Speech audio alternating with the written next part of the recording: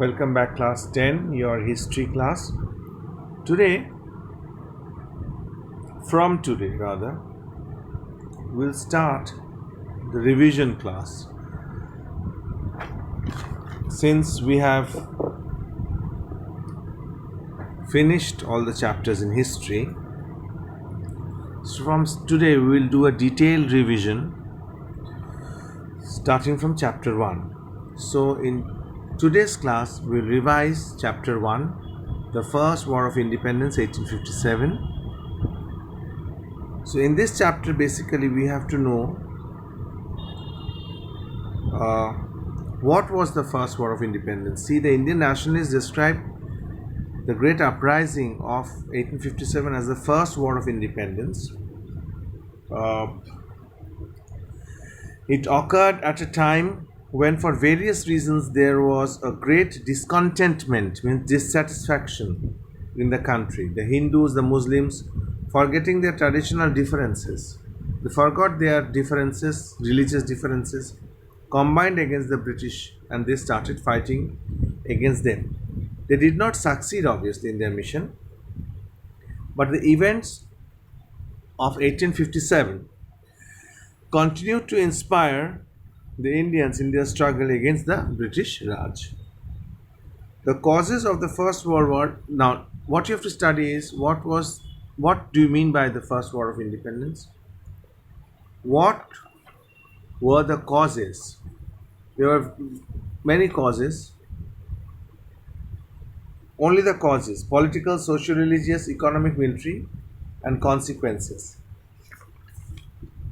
And over there, it is also written that the events, however, need to be mentioned in order to maintain continuity for a more comprehensive understanding. Basic point is you should know the causes, what were the causes, and results and consequences.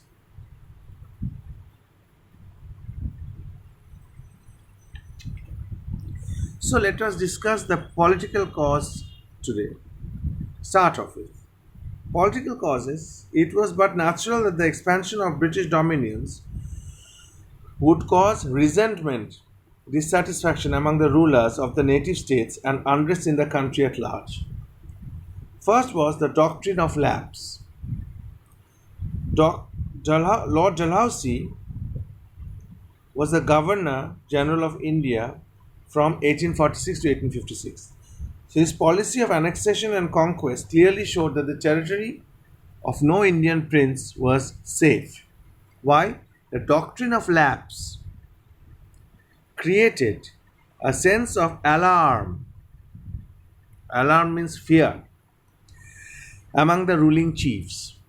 The doctrine meant that when a ruler of a dependent state died without a natural heir, means a natural son, the state passed back to the English company. That means if any king, Indian king, died without having a natural son, their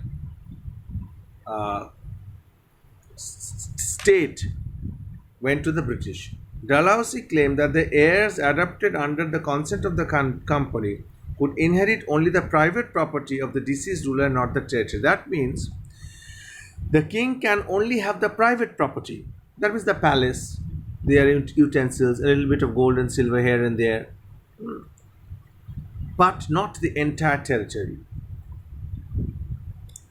Prominent states, the names you should know, were Satara, Jhansi, and Nagpur. Thus, when the ruler of Jhansi, Rani Lakshmibai, died, leaving no child, not the Rani Lakshmibai, the ruler, Rani Lakshmibai's husband, the widowed Rani was pensioned. Their adopted son Anand Rao, Lakshmibai's son Anand Rao, was not recognized as a lawful successor. So, if you don't have a lawful son, lawful daughter, or a lawful heir, HEIR, then it will go to the company. Discourtesy to the Mughal emperor. The Mughal emperor Bahadur Shah had in those days a name or a title only. Bahadur Shah only had a title without any power. In fact, he was not at all powerful. He was not at all powerful. Even if that was devalued, even that was also devalued when Lord Dalhousie announced that on the death of the king, that means on the death of Bahadur Shah, his successors will have to leave the palace. Bahadur Shah's palace was the Red Fort.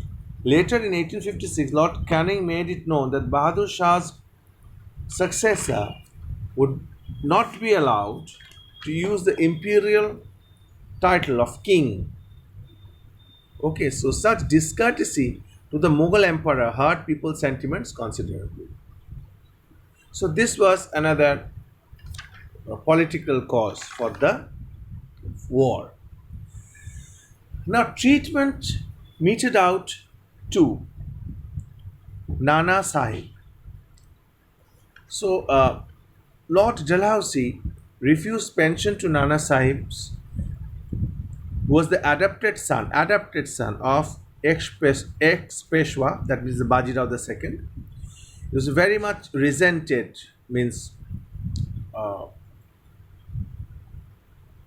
shown in bad light. Resented means, so there was bitterness among the Hindus, bitterness among the Hindus because Dalhousie refused pension to Nana Sahib, who was the adopted son of Bajirao II. It was resented by the Hindus in general and Nana Sahib in particular. It is said that Nana Sahib had inherited a lot of enormous wealth from ex-Peshwa. He spent the money in sending emissaries, means ambassadors, to different parts of the country, instigating, motivating revolt everywhere. Now comes annexation of Awadh. On February 7th, 1856, Nawab Wajid Ali Shah was deposed on the ground that Awadh was not being managed well. Mismanagement. On the ground of mismanagement. On February 13th, the Court of Directors ordered Awadh's complete annexation to the country's dominions. The annexation of Awadh was certainly a case of high-handedness on the part of the company. The British seem to have broken all the pledges and promises. That means, Indians believe that whatever promise the Britishers have done, they will comply to it. But they did not. This caused resentment, anger among the soldiers of the British army who came from Awadh. So even talukdars, zamindars of Awadh had widespread dissatisfaction because the British had confiscated, taken illegally their estates. Awadh played a major role in the war of 1857. Now comes unpopular administration. Unpopular administration means first the people found themselves out of place with the English laws, English culture, English language. Moreover, the British officials had no knowledge of the manners, customs, habits of India. So there was a gap, communication gap.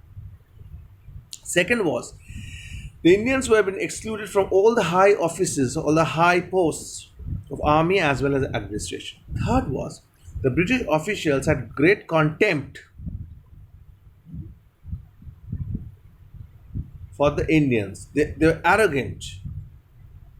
They were very arrogant towards, they had that arrogance in them, inherited arrogance. Their arrogance led to consider the natives of India as undeserving the name of human beings. So it was unpopular. The Britishers were becoming unpopular. Vague and floating rumors. So, there were rumors in those days that the company rule in India numbered, and people believed that British came to power in 1757 after the Battle of Plassey, and their rule will come to an end in 1857. So these were basically the political causes. Now, what was the religious and social causes? First was fears regarding mass conversion to Christianity. See, the activities of the Christian missionaries created a sense of alarm among Hindus and Muslims. The teaching of Christian doctrines were made compulsory in the school set up by the Christian missionaries. The Bible was introduced. not only to Christian institutes but also to the government schools. Uh, Even prisoners in the jail were also given Bible. Officials openly preached Christian principles and doctrines in mosques and temples. So there was a feeling of panic among Indians.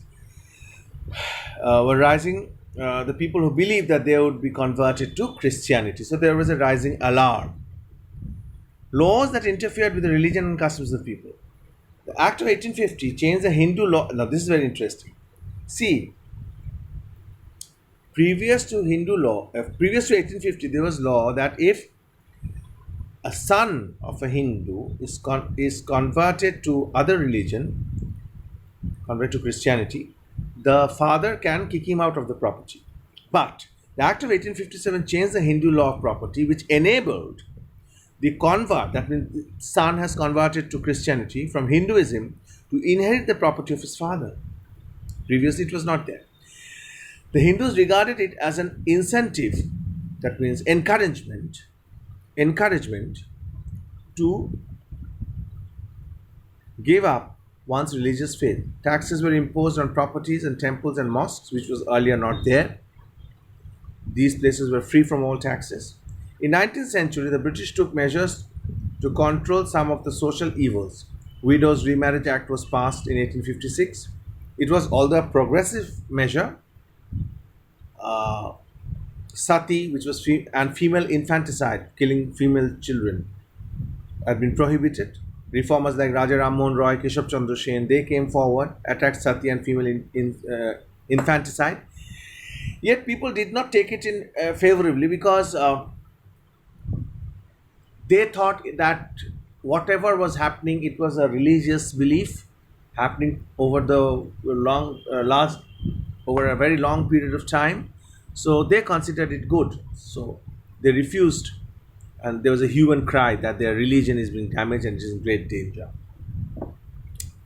The introductions of railways and telegraphs. See, railways and telegraphs are looked down upon to break social orders and caste system, because in a railway compartment, all different castes of people used to sit together. So this was an attempt, regarded as an attempt to interfere with the caste rulers. There was also rumor that telegraph poles were being used to hang up people. So these were there. Indignities hurled at Indians. Englishmen could insult, humiliate, and even kill an Indian. So